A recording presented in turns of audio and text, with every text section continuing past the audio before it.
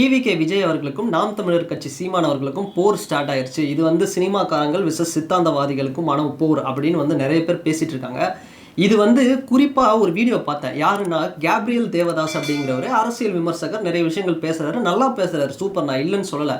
ஆனால் சீமான் அவர்கள் அவர் பேசுறது என்னன்னா, சீமான் அவர்கள் அடுத்த கட்டத்துக்கு வந்து இன்னும் விஜயை வந்து கடுமையாக எதிர்க்கணும் அப்படின்னு வந்து சொல்றாரு. எதுக்காக அப்படின்னா, இந்த சினிமாக்காரங்கெல்லாம் வர்றதுனால வந்து சீமான் அவர்களுக்கு வந்து ஓட்டு வந்து பாதிக்கும்.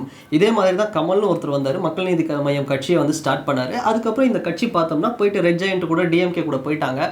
இப்படிலாம் வந்து சில விஷயம் சொல்றீங்க. நான் ஒன்று கேட்குறேன், மக்கள் நீதி மையமும் டிவிகேவும் ஒன்றா? அதாவது நற்பணி இயக்கமாக கமல் சாருடைய அவரும் வந்து ஃபேன்ஸ் கிளப்பாக வச்சுருந்தார். இந்த பக்கம் டிவிக்கேவும் வந்து ஃபேன்ஸ் கிளப்பாக வந்து இருந்தது. ஆனால் ஒரு காலகட்டத்தில் அது விஜய் மக்கள் இயக்கமாக மாறி எத்தனை பேருக்கு வந்து அது வந்து எவ்வளோ பேருக்கு வந்து நல்லது பண்ணியிருக்கிறாங்க, பல விஷயங்கள் பண்ணியிருக்கிறாங்க. அதை வந்து சொல்கிறீங்க. இன்னொன்று, களத்தில் நாம் தமிழர் நிறைய விஷயங்கள் பண்ணாங்க. கடந்த 10 வருஷத்தில் நாம் தமிழர் கட்சி தான் வந்து நிறைய விஷயங்கள் பண்ணாங்கன்னு சொல்கிறீங்க.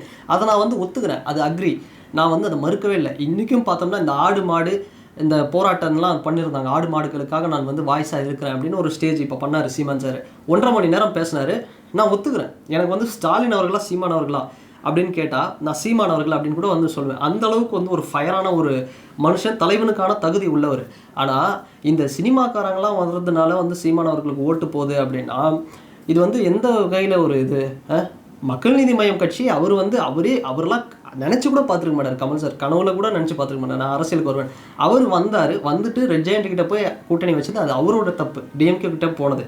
அதை வந்து எடுத்துகிட்டு வந்து இத்தனை வருஷமாக 10-15 வருஷமாக களத்தில் இவ்வளோ விஷயங்கள் பண்ணிட்டு இருக்கிற டிவிகேவை பார்த்து, விஜய் அவர்களுடைய ஃபாலோவர்ஸை பார்த்து நீங்கள் வந்து இந்த மாதிரி இதுவும் வந்து மக்கள் நீதி மையமுக்கு எவ்வளோங்க ஸ்ட்ரென்த் இருக்குது, டிவிகேவோட ஸ்ட்ரென்த் என்னன்னு பாருங்கள். ஒரு ஃபேமிலி எடுத்திங்கன்னா இன்றைக்கி ஒருத்தராவது வந்து விஜய் அவர்களுடைய சப்போர்ட்டர்ஸ் வந்து இருக்கிறாங்க. இன்றைக்கி பெரிய ஒரு எழுச்சி அப்படிங்கிறது வந்துக்கிட்டு இருக்கு. அப்படிப்பட்ட ஒரு பார்ட்டி லீடரை நீங்கள் வந்து ஓவராக அப்படியே நீங்கள் இதெல்லாம் வந்து விடக்கூடாது, சீமான அடுத்த லெவலுக்கு வந்து போகணும், நீங்களே வந்து சண்டை மூடி விட்டுட்ருக்கீங்க. இப்போ இங்கே சண்டை மூட்டி விட்டுட்டுருக்கிறவங்களாம் வந்து நான் ஒன்று கேட்குறேன், நல்ல தலைவர் தான் சீமான் அவர்கள், நான் இல்லைன்னு சொல்ல. தமிழ்நாட்டில் வந்து கம்யூனிஸ்ட் பார்ட்டி இருக்காங்க, communist party of India, Marxist இருக்காங்க, இது மாதிரி பல பேர் இருக்காங்க. எழுச்சி தமிழர் திருமாவளவன் அவர்கள் இருக்காரு, இது மாதிரி எவ்வளோ பேர் சின்ன சின்னதாக இருக்காங்க. பட் மக்கள் என்ன பண்ணுறாங்க? இப்போ விஜய் அவர்களே வந்து டிவிக்கே வேணாம், இல்லை நான் அரசியலை விட்டு விலகிறேன்னா சீமான் அவர்களுக்கு ஓட்டு போட்டு ஜெயிக்க வச்சுருவீங்களா? நான் கேட்குறேன், போடுங்க. 7% 8% வாக்குகள் வாங்குறாரு. இதுக்கப்புறம் வந்து அவர் வந்து ஒரு பெரும்பான்மையாக பெரிய லெவலில் சப்போர்ட் பண்ணி போட்டு தான் பாருங்களேன். போட மாட்டீங்க, சீமான் அவர்களுக்கும் போட மாட்டீங்க, மக்கள் நீதி மையம்னு ஒரு கட்சி தனியாக இருந்தாலும் போட மாட்டீங்க. யாருக்குமே வந்து இங்கே தனியாக சப்போர்ட் பண்ணுவாங்க. கடைசி வரைக்கும் பார்த்தோம்னா திமுக அதிமுக ரெட்டலை உதயசூரியன் இதே வந்து போட்டுக்கிட்டு இதே மாதிரி தான் வந்து போயிட்டுருக்கோம். ஸோ இப்படி ஒரு கட்டத்தில் ஒரு விஜய் மாதிரி ஒருத்தர் உள்ளுக்குள்ளே வராரு அப்படின்னா, வரும்பொழுதே வந்து சீமான் அவர்கள் வந்து அடுத்த கட்டத்தில் போட்டு அடிக்கணும், கேட்கணும், இன்னும் வந்து சண்டை போடணும், விடக்கூடாது, சினிமாக்காரங்க வந்தால் சீரழிச்சிருவாங்க அப்படின்னா இது எந்த விதத்தில் நியாயம்? அதுதான் சொல்கிறேன். டிவிக்கே வந்து ஒரு பார்ட்டி விலகி போனால் கூட நீங்கள் நாம் தமிழர் மாதிரி ஒரு சீமான் மாதிரி ஒரு தலைவரும் தோக்க தான் அடிப்பீங்க. அதுக்கு தேவையில்லாமல் சண்டை போடுறதுக்கு ஓகே, இவங்க 2 பேர் ஒரு சீமான் அவர்கள் வந்து ஒரு அலைன்ஸ்குள்ளே வரட்டும், டிவிக்கே மாதிரி ஒரு பார்ட்டிக்குள்ளே இருக்கட்டும், 2 பேரும் ஒன்றா சேர்ந்து வின் பண்ணி ஒரு மெஜாரிட்டி பெற்று அந்த மாதிரி போகணும். அப்படி ஒரு சப்போர்ட் பண்ணுறீங்களா? அதுவும் கிடையாது. சண்டை இருக்கிறத வந்து பிரச்சனையை வந்து தூண்டி தான் விட்டுட்டு இருக்கிறீங்களே தவிர இது வந்து எங்கே போய் முடிய போகுது அப்படிங்கிறது வந்து தெரியல. ஸோ அதனால் வந்து இவ்வளோ ஒரு மோசமாக இவ்வளோ ஒரு விமர்சனம் நான் ஒத்துக்கிறேன். இப்போவும் வந்து என்டிகேவுக்கும் டிவிகேவுக்கும் பார்த்தோம் அப்படின்னா ஒரு நல்ல ஒரு அண்டர்ஸ்டாண்டிங் இருக்குது. நான் வந்து அது நம்ம எப்படி சொல்கிறது, ஒரு அண்ணன் தம்பி மாதிரி தான் அவங்க 2 பேர் இருக்காங்க. ஆனால் சில பேர் வேணும்னே போட்டு சண்டையை மூட்டி விடணும் அப்படின்னு. இப்போ அட்லீஸ்ட் விஜய் சாருக்கு விட யாராவது வந்தாங்கனாலும் ஈஸியாக வந்து வின் பண்ணுறதுக்கு வாய்ப்பு இருக்குது. ஒரு என்டிகேவோ இல்லை ஒரு கம்யூனிஸ்ட் பார்ட்டியோ இல்லை விசிகே தலைவர் திருமாவளவன் அவர்களோ யாரோ வந்தாங்கன்னா ஒரு பெரும்பான்மையாக வந்து ஒரு பெரிய ஒரு ஸ்கோப் ஒன்று கிடைக்கும். அதை விட்டுட்டு எதுவுமே இல்லாமல் அவங்களும் ஜெயிக்க விடாமல் கடைசியில் இவரையும் எதுவும் பண்ணாமல் கடைசி வரைக்கும் பார்த்தோம்னா வந்து இந்த 2 கட்சிகள் தான். ஏன் ஒரு தேர்ட் ஃபோர்ஸ் வந்து வரவே கூடாதா? ஸோ இவ்வளோ ஒரு ஹேட் வந்து வேண்டாம் அப்படின்னு தான் சொல்கிறேன். ஸோ இந்த வீடியோ அதுக்காக தான் மெயினாக. எப்படி அதாவது ஒரு சினிமாக்காரன், இப்போ நான் வந்து பார்த்தோம்னா ஒரு தலை வெறியன், ஒரு அஜித் ஃபேன். இன்னொரு விஷயம் அந்த வீடியோவில் சொல்லியிருந்தாங்க, இந்த மாதிரி வந்து சினிமா கூட்டம், சினிமாவால் இந்த சமூகம் சீரழிஞ்சு போச்சு, இதெல்லாம் வந்து சொல்கிறீங்க.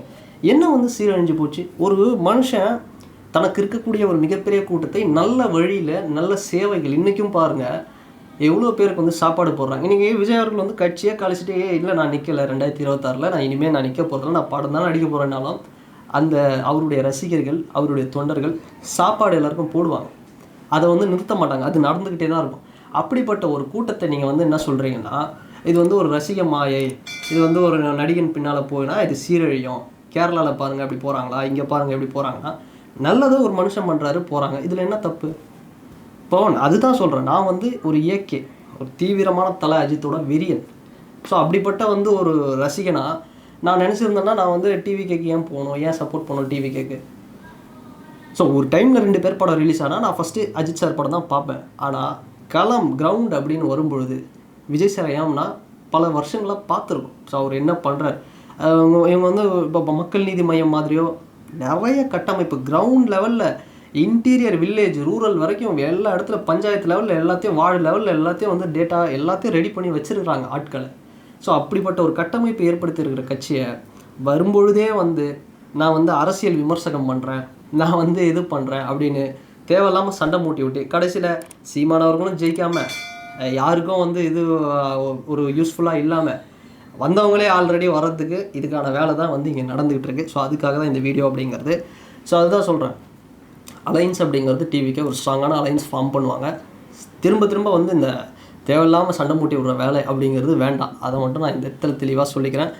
அண்டு இங்கே ரசிகர் கூட்டம், ஒரு நடிகனுடைய மாயை, பாலகிருஷ்ணா தூக்கி கண்டெய்னர் அடிக்கிறாரு பாருங்க கையிலேயே தூக்கி லாரியை, அதெல்லாம் பார்த்துட்டு யாரும் போல் ஒரு மனுஷன் அவர் வந்து வந்தால் என்ன அவரோட இன்டென்ஷன் என்ன, இத்தனை வருஷமாக என்ன பண்ணிகிட்ருக்கிறாரு, களத்தில் என்ன நன்மைகள் செய்கிறாரு, அதை பார்த்து தான் பின்னாடி எல்லாருமே போகிறாங்களே தவிர யாரும் வந்து சும்மாவே யாரும் வந்து பின்னாடி போயிடல.